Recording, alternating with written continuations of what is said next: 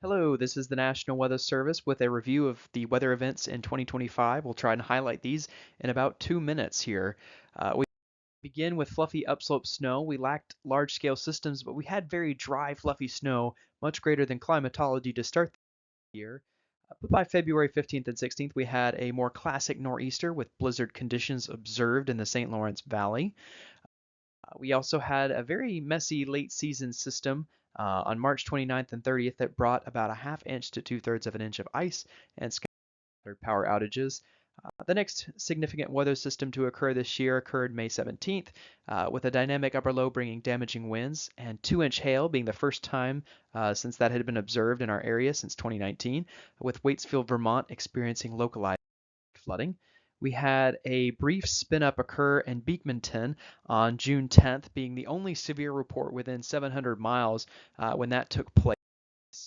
An extreme heat outbreak resulted in Plattsburgh tying its all time period record of 101, and that's its warmest June temperature as well.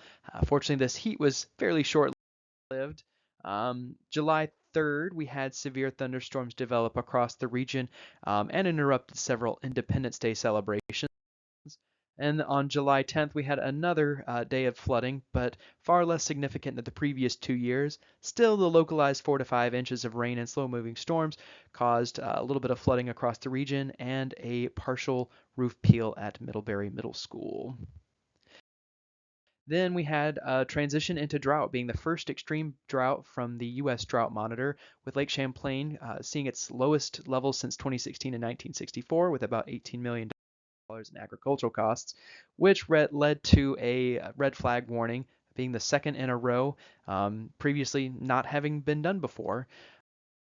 Then December turned cold and snowy with several active events with snow, ice, damaging winds, and a record early snow depth on Mansfield. So let's see what 2026 has in store. Thanks as always to our spotters, observers, and partners who help us make a more complete picture of the things that happen across Vermont and northern New York.